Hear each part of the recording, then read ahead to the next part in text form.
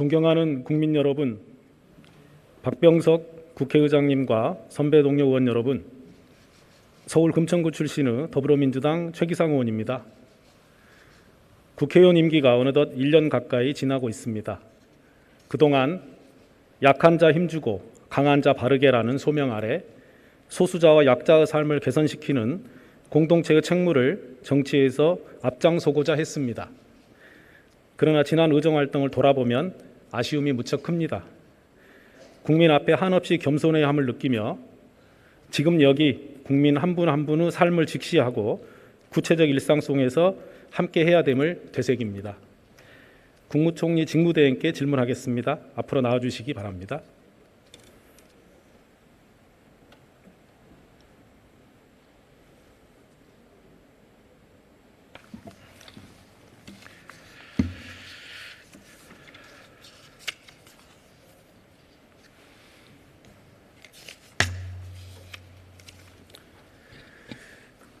4월 7일 재보궐선거가 끝났습니다. 네.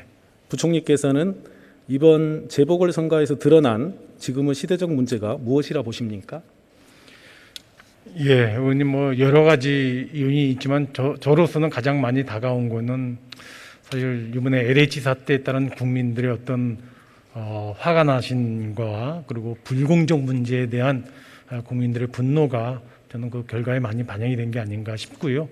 그 일부는 부동산 문제를 정부가 안정화시키지 못한 것도 일부 영향이 있을 걸로 생각이 됩니다. 저도 공정과 불공정이라고 생각합니다. 특히 선거 직전에 불거진 LH 사태는 불공정의 대표적인 사례였습니다. 국민들께서 이번 재보궐선거를 통하여 우리 사회의 불공정에 대하여 경고하셨습니다. 부총리께서도 이에 대해서 같은 의견이십니까? 그렇습니다. 특히 2030 세대의 공정에 대한 기준은 기성세대들과 분명 차이가 있어 보입니다. 인천국제공사 정규직 전환, LH 사태 등에서 보이듯이 더 높고 새로운 수준의 공정의 가치를 요구하고 있습니다. 이에 정치권은 우리 사회 곳곳에 만연한 불공정의 원인을 찾고 그에 맞는 대안들을 찾아내야 합니다. 부총리께서는 과거 불로소득에 대해 강하게 비판하신 적이 있습니다. 지금도 같은 생각이십니까? 예, 그렇습니다. 지대 불로소득이라는 용어가 있습니다. 지대를 부동산에서 발생하는 것으로만 생각하기 쉬우나 노력에 대한 정당한 대가를 뛰어넘는 이익, 특권 특혜를 통한 얻은 이익은 모두 지대라고 할 수 있습니다. 이런 지대 불로소득의 경로는 다양합니다. 부동산 투기, 정관예우가 대표적입니다.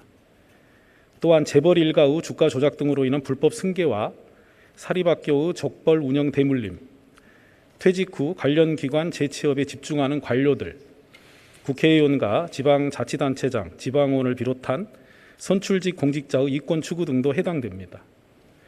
현재 우리 사회 곳곳에 이런 소수 특권층을 위한 반칙이 구조화되었고 이를 세련된 이론과 제도들로 합리화하고 있지는 않나 의심이 듭니다. 지대 불로소득은 소수에게 집중되어 있어 이를 방치하면 불평등만 가속화될 뿐입니다. 지대 불로소득이 아닌 정직하고 성실하게 획득한 노력소득이 더 가치를 인정받을 수 있어야 할 것입니다. 부총리께서는 이에 대해서 어떻게 생각하십니까? 예, 저는 의원님 지금 말씀하신 거 전적으로 공감하고 동의합니다. 그러한 변화를 위해서 정치권이 나서야 합니다. 이에 저는 정부에 지대 철폐와 불로소득의 환원 등을 포함하여 모든 불공정 문제를 공론화할 수 있는 불공정해소위원회와 불공정신고센터를 시민 참여의 형식으로 설치할 것을 제안드립니다. 우리 국민들은 이미 대입제도와 신고리 5,6호기 원전 등에 관한 공론화위원회를 통해 수기 민주주의를 경험한 바 있습니다. 시대적 과제인 공정에 대하여 국민들께서 직접 공정의 기준을 세우고 그 기준에 맞는 제도 개선 방안을 함께 논의하는 일이 공정한 사회를 위해 반드시 필요한 때입니다. 부총리께서 이에 대해서 어떻게 생각하십니까? 예, 의원님 저는 불공정 신고센터를 만든다든가 해서 불공정의 문제를 드러내놓고 차제에 확실하게 개선해야 된다는 것에 대해서는 전적으로 의견을 같이 하고요. 그 방법론의 일환으로 아까 의원님께서 이제 예를 들면 불공정위원회 같은 조직을 만든다든가 하면 어떻겠느냐 말씀을 주셨는데 이 불공정의 문제는 사실 우리 사회 전반이고 부처로 보면은 전 부처에 다 관련되는 사안이라 하나의 어떤 이 기구나 위원회를 만든다고 해결의 대상이 아니고 저는 내각의 전 부처가 다 해당 파트에 달라붙어도 들뚱말뚱한 얘기인 것 같다는 생각이 들어가지고요. 의원님 그렇지 지금 말씀한 재원은 좀 한번 검토해 보지만은 여러 가지 다양한 방법이 있을 수 있겠습니다. 그 필요성이라든가 그런 작업의 어떤 성과에 대해서는 저는 동의합니다. 예, 감사합니다. 저도 더욱 세밀히 다듬어 보겠습니다. 감사합니다. 들어가셔도 좋습니다. 행정안전부 장관께 질문하겠습니다. 앞으로 나와주시길 바랍니다.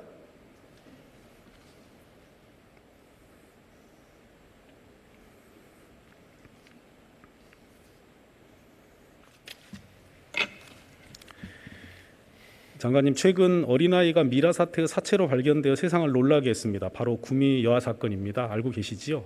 예. 포털 사이트를 검색하면 그동안 올라온 이 사건 관련 보도들을 손쉽게 찾아볼 수 있습니다.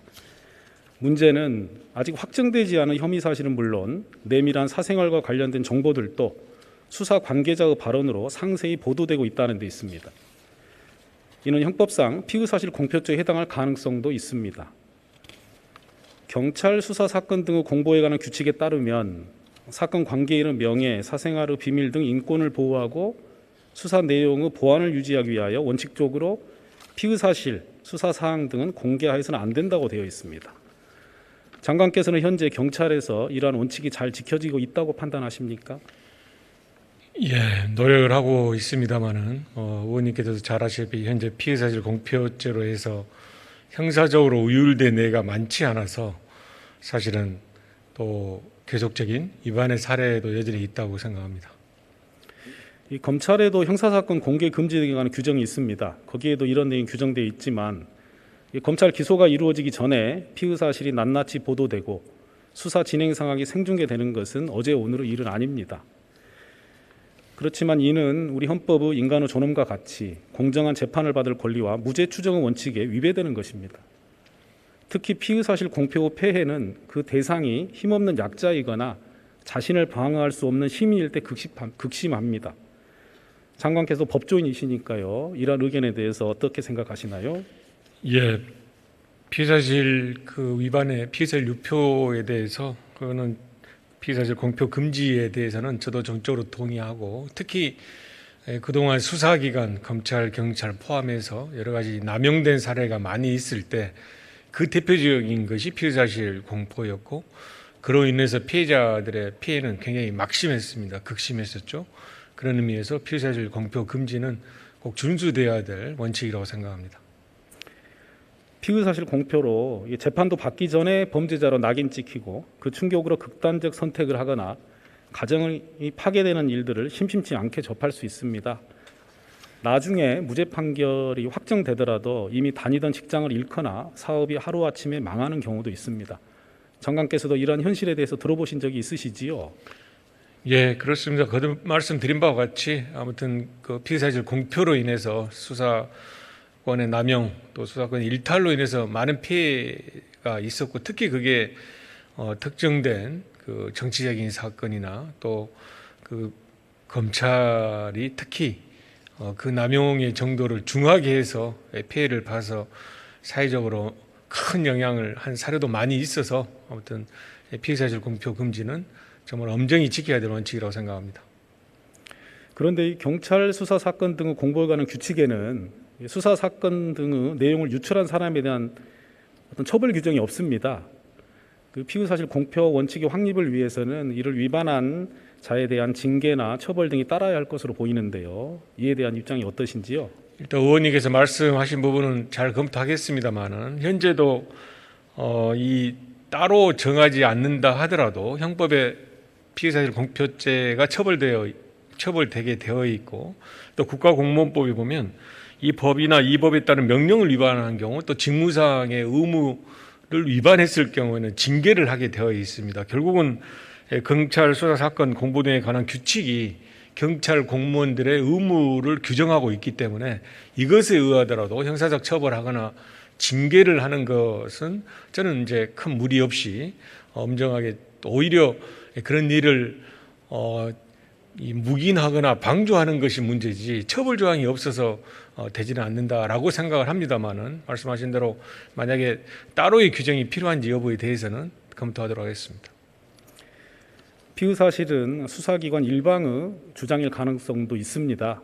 그렇기 때문에 피의 사실 공표를 통한 여론 재판이 아닌 공개되고 투명한 법정에서 공방을 통해 실체적 진실을 밝히는 것이 선진 형사사법의 모습임을 유념해 주시기를 당부드리겠습니다. 예, 감사합니다. 예, 들어가시도록 하겠습니다. 법무부 장관께 질문하겠습니다. 앞으로 나와 주시기 바랍니다.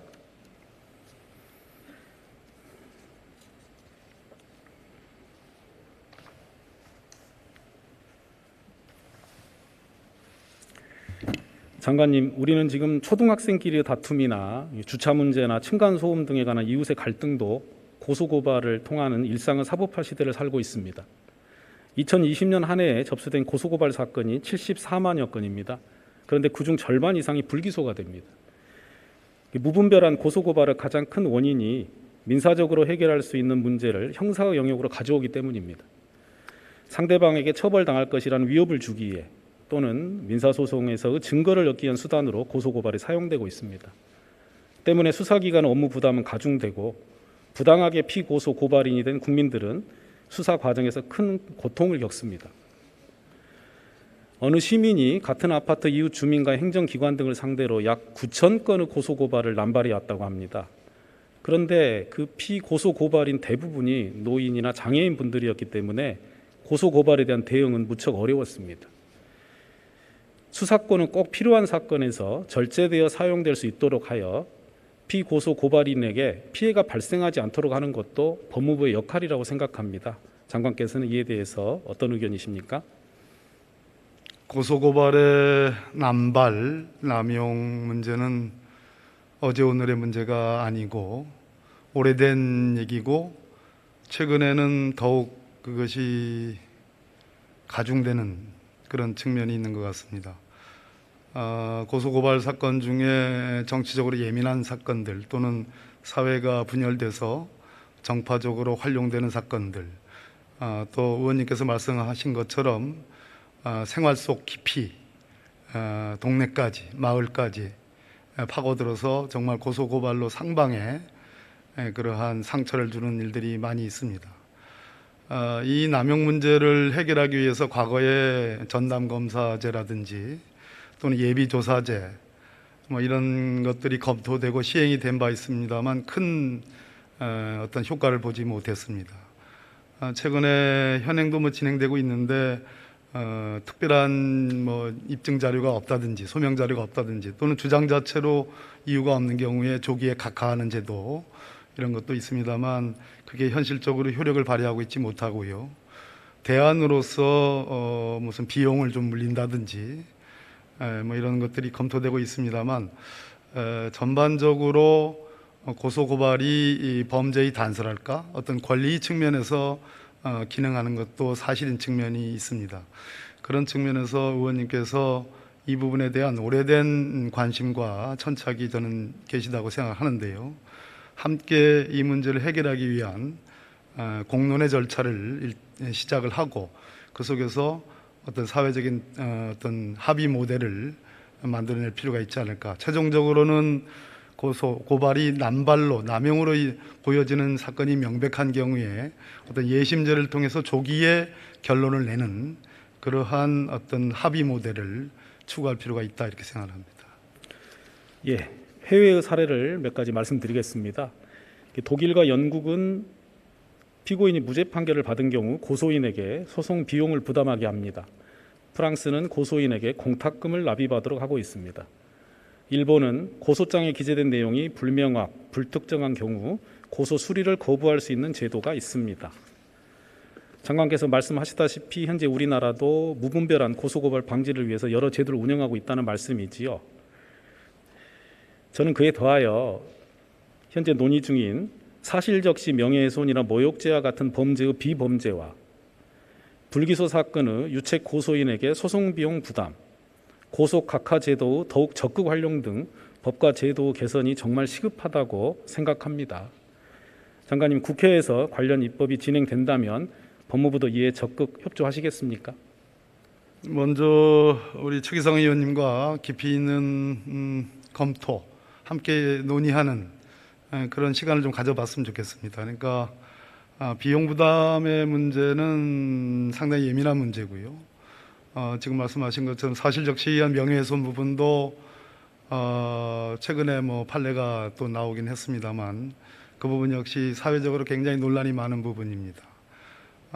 또 어떤 뭐 각하를 조기한다든지 또는 뭐 전담제 또는 여러 방법들이 있겠습니다만은 어찌 됐든 사회 뭐 우리 이곳이 민의의 전당 국회인데요. 고소고발이 남발이 어떤 정치적으로 사회적으로 굉장히 특정한 의도를 갖고서 그렇게 작용하는 경우도 빈번했습니다. 어찌됐든 의원님께서 그러한 어떤 대안을 발의를 하신다면 함께 깊이 논의하고 전향적으로 검토할 생각이 있습니다. 예, 감사합니다. 상의 드리겠습니다. 이 고소 고발의 남발은 정치권 역시 반성해야 할 부분이 있습니다. 국회의원이나 당 지도부가 상대 당 혹은 상대 진영에 대한 고소 고발장을 들고 검찰청을 찾는 모습은 국민들께 이미 익숙합니다. 장관께서는 현재 정치권의 고소 고발 현황이 어느 정도인지 혹시 파악하고 계십니까? 솔직히 고백하건대 저 역시 그러한 장면의 한 사람이었습니다. 그런 측면에서 우리 최기성 의원님 의정 활동을 함에 있어서 그러한 어떤 깊이 있는 천착 존중하고요. 그러한 어떤 현황을 제가 다 파악하고 있지는 못합니다만 느낌상으로 정말로 이 부분이 정치권에서 첨예화되고 있지 않는가, 점점 더 가중되고 있지 않은가 하는 그러한 느낌을 갖고 있습니다. 문희상 전 국회의장께서는 고소고발을 남발해 입법부 구성원이 사법부 심판을 받는 일이 일어나지 않도록 해주길 호소한다라고 하셨습니다. 지금의 정치권 문화라면 내년 대통령 선거와 지방선거 때도 상대방에 대한 각 진영의 고소고발이 적지 않을 거라 예상이 됩니다.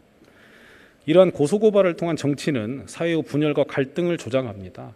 정치권의 결단이 필요합니다. 저는 국회의장님의 중재하에 여야 각 당이 원칙적으로 정치적 고소고발을 하지 않겠다는 대타협을 국민들 앞에 선언해 주시길 부탁드립니다. 또한 국회에 고소고발을 관장하는 기구도 설치하길 제안드립니다. 장관께서도 국회의원 출신이시니까요. 이런 의견에 대해서 한 말씀 해주시면 감사하겠습니다. 충분히 검토할 수 있는 아니고 검토할 가치가 있는 지향이라고 생각합니다. 존경하는 박병석 의장님이 중심이 돼서 이 문제를 공론화한다면 매우 유의미한 성과를 거둘 수 있다고 생각합니다. 예, 감사합니다. 들어가셔도 좋습니다.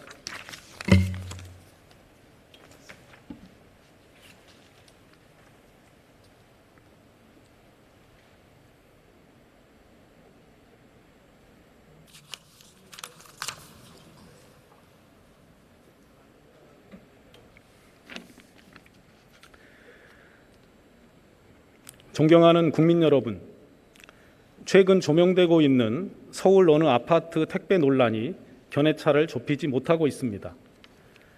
하지만 비슷한 문제를 겪은 다른 지역에서는 배려와 양보로 실버 택배, 전동 카트 등 대안을 도입하여 입주민들과 택배 기사들 간 상생의 가능성을 보여주었습니다. 우리 대한민국은 5,100여만 명의 존엄한 차이들로 이루어져 있습니다. 5,100여만 명의 국민이 함께 살 수 있게 해주는 조건은 각자가 오류가 있고 불완전한 존재임을 서로 인정하는 것입니다. 그럴 때 우리는 온전할 수 있습니다. 존경하는 선배 동료 의원 여러분, 코로나19 위기 상황을 슬기롭게 이어나가고 한 세대 뒤의 미래를 설계하기 위해서는 견제와 균형, 대화와 타협, 소수자에 대한 존중을 바탕으로 공화와 공생, 공존의 정치를 이뤄내야 합니다. 특히 변화한 시대에 맞는 공정한 잣대를 국민과 함께 다시 세워야 합니다. 나의 옳음보다 너의 있음이 더 소중하다는 것을 깨달을 때, 당신이 없는 나의 옳음이 무슨 소용인가 싶을 때, 우리는 문득 얼마나 유연해지는가라는 문학 평론가의 통찰을 함께 새기고 싶습니다. 질문을 마치겠습니다. 경청해 주셔서 감사합니다.